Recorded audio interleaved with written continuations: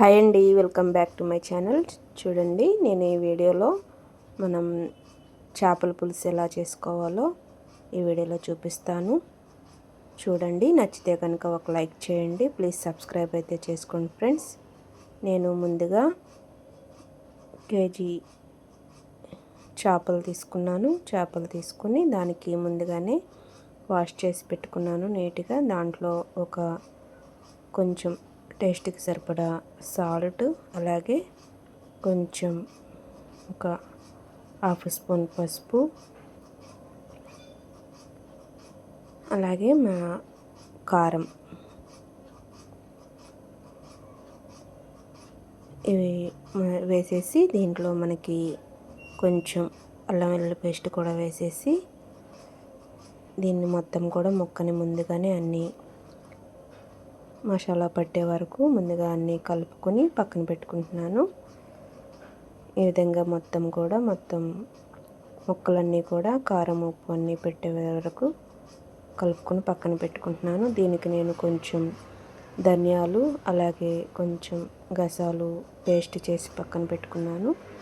ముందుగా ఒక గిన్నె తీసుకొని గిన్నెలో తగినంత ఆయిల్ తీసుకొని ఆయిల్ కొంచెం వేడైన తర్వాత ముందుగా కట్ చేసి పెట్టుకున్న ఆనియన్స్, అలాగే పచ్చిమిర్చి కూడా రెండు కూడా వేయించుకుంటున్నాను. ఆయిల్లో బ్రౌన్ కలర్ వచ్చే వరకు మనకి ఆనియన్స్ అనేవి వేయించుకోవాలి.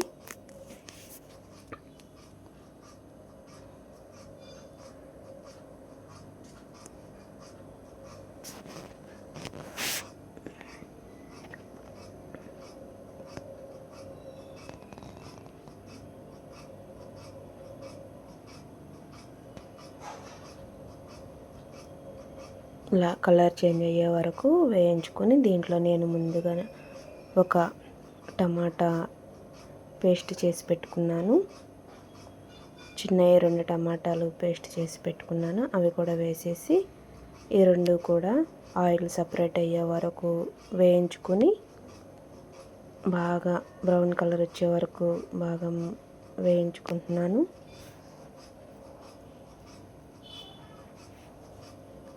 చూడండి, ఈ విధంగా మనకి ఆనియన్స్ మొత్తం కూడా ఇలా వేయించుకోవాలి.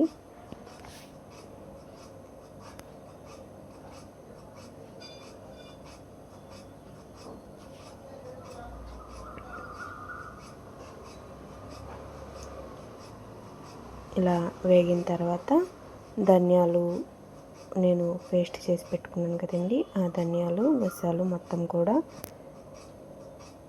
పేస్ట్ అంతా కూడా వేసేసి అది కూడా కొంచెం వేయించుకుంటున్నాను.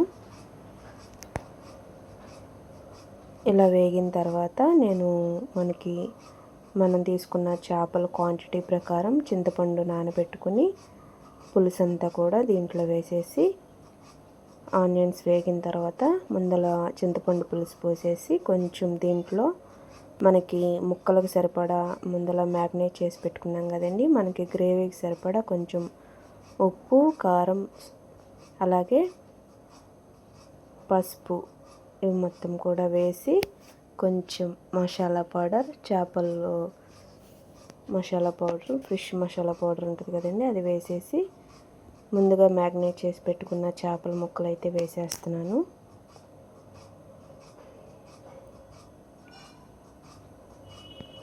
మొత్తం కూడా వేసి చక్కగా ఒకసారి మొత్తం కలుపుకొని మూత పెట్టేస్తే మనకి చేప ముక్క అనేది చక్కగా ఉడికిపోతుంది. చూడండి ఫ్రెండ్స్, ఈ విధంగా చేప ముక్క అయితే చక్కగా ఉడికిపోతుంది. ఇలా గరిటె పెట్టకుండా ఇలా పట్టుకొని తిప్పుతూ ఉంటే మనకి ముక్క అనేది మొత్తం కూడా ఉప్పు, కారం, మసాలా మొత్తం పట్టేసి చక్కగా చూడండి ఆయిల్ అంతా పైకి వచ్చే వరకు ఉడికించుకోవాలి.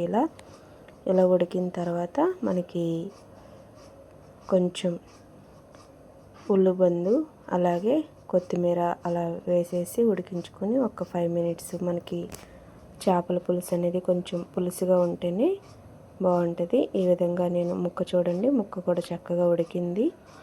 ఈ విధంగా కొంచెం పులుసుతో స్టవ్ అయితే ఇంకా దీంట్లో కొంచెం కొత్తిమీర కూడా వేసేసి ఆఫ్ చేసేసుకోవటమేను. ఇంతేనండి. ఈ వీడియో కనుక మీకు నచ్చితే ప్లీజ్ సబ్స్క్రైబ్ అయితే చేసుకుని ఒక లైక్ చేయండి ఫ్రెండ్స్.